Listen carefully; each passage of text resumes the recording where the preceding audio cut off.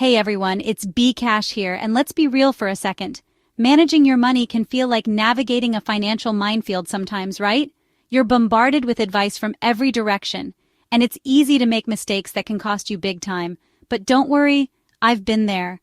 That's why in this video, I'm breaking down the top 5 money mistakes I see people making all the time, and more importantly, how you can avoid them to build a solid financial future. We're going to keep it real, practical, and actionable. Let's get started.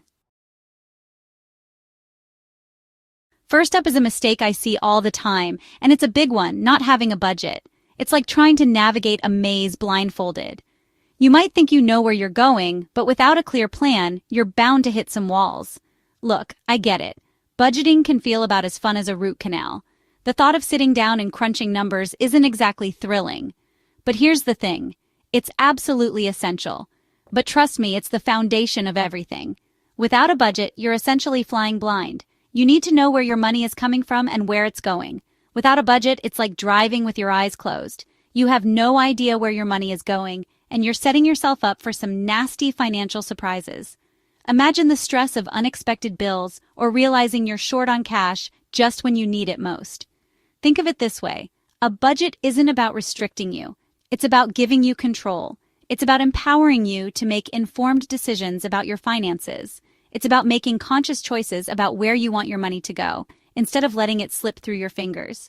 When you have a budget, you can prioritize what's important to you. And the best part is, creating a budget doesn't have to be complicated. You don't need to be a financial expert to get started. There are tons of apps and tools out there that make it super simple. From mobile apps to online software, there's something for everyone. Personally, I'm a fan of the 50/30/20 method. It's straightforward and easy to follow.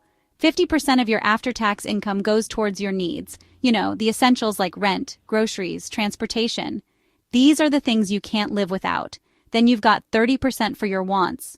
The fun stuff like eating out, entertainment, that new gadget you've had your eye on. It's important to enjoy life and treat yourself within reason. And finally, 20% goes straight to your financial goals. Think savings, investments, paying down debt. This is where you build your future. The key here is to find a system that works for you and stick to it. Consistency is crucial.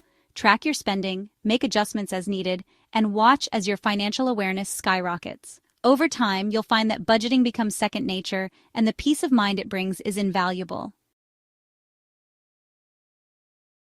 Next up, we've got impulse buying, the silent killer of your bank account. It's that sneaky little habit that can wreak havoc on your finances without you even realizing it. We've all been there. You're scrolling online, walking through the mall, and bam, you see something shiny and irresistible. It could be the latest gadget, a trendy piece of clothing, or even a limited-time offer that you just can't pass up. Before you know it, you've whipped out your credit card, and that little purchase is burning a hole in your pocket. It feels good in the moment, but the aftermath can be quite the opposite.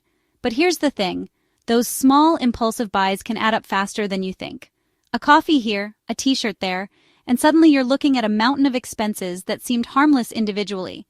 And suddenly you're wondering where your entire paycheck disappeared to. It's a common scenario, and it can be incredibly frustrating to see your hard-earned money vanish on things that don't really matter in the long run. The key to beating impulse buying is to be mindful and intentional with your spending. This means taking a step back and evaluating your purchases before making them. Before you buy anything, ask yourself, do I really need this? Is it something that will bring lasting value to my life? Or is it just a temporary thrill? Will it add value to my life in the long run? Think about how often you'll use it and whether it aligns with your long-term goals and values. Or is it just a fleeting desire that I'll forget about tomorrow?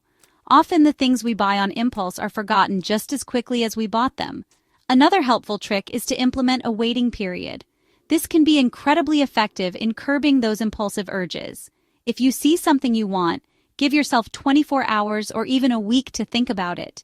This cooling off period can help you determine if the purchase is truly necessary.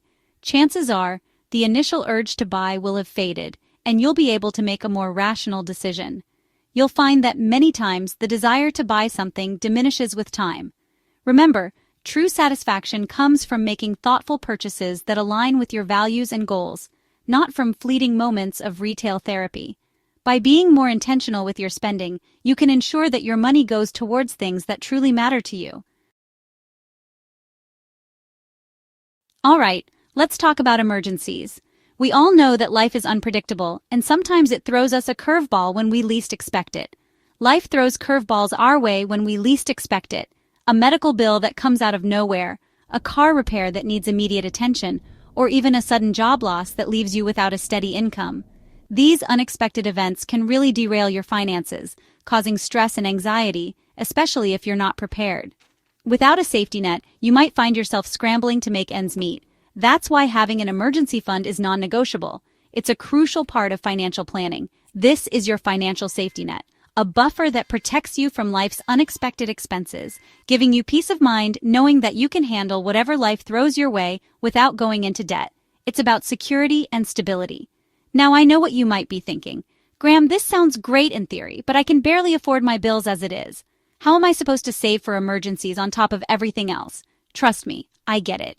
It can feel overwhelming to think about saving when you're already stretched thin, but even small, consistent contributions to your emergency fund can make a huge difference over time. It's about building a habit. Start by setting a realistic savings goal, something achievable that won't add more stress to your life. Even if it's just $50 or $100 a month, it's a start. The key is consistency. Automate your savings so you don't even have to think about it. Set up an automatic transfer to your emergency fund each month. This way, saving becomes effortless and you won't be tempted to skip a month. And remember, your emergency fund is there for, well, emergencies. It's not for vacations or new gadgets. Resist the temptation to dip into it for non-essential purchases. Discipline is key. Aim to have at least 3 to 6 months worth of living expenses saved up. This might take time, but it's worth the effort. That way, you'll have a cushion to fall back on if you experience a financial setback. It's about creating a secure future for yourself and your loved ones. Let's talk about credit cards. They can be a convenient tool for managing your finances, but they can also be a slippery slope into debt if you're not careful. The biggest mistake I see people make with credit cards is carrying a balance from month to month. Those high interest rates can quickly snowball, making it feel like you're drowning in debt. The golden rule of credit cards is this: if you can't afford to pay for it in cash, you can't afford it. Treat your credit card like a debit card. Only spend what you have available in your bank account. And always, always, always pay your balance in full and on time every month. This will help you avoid those nasty interest charges and build a positive credit history. If you're currently struggling with credit card debt, don't panic. There are strategies you can use to tackle it, like the debt snowball method or the debt avalanche method. The key is to create a plan and stick to it. Last but not least, let's talk about retirement. It might seem like a lifetime away, but trust me, it sneaks up on you faster than you think. The biggest mistake you can make is putting off retirement savings. The earlier you start, the more time your money has to grow through the power of compound interest. Compound interest is like magic. It's essentially earning interest on your interest, and it can make a huge difference in the long run.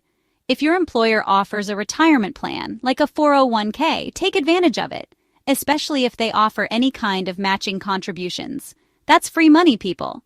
If you're self-employed or your employer doesn't offer a retirement plan, look into opening an IRA, individual retirement account. Contribute as much as you can, even if it's just a small amount each month.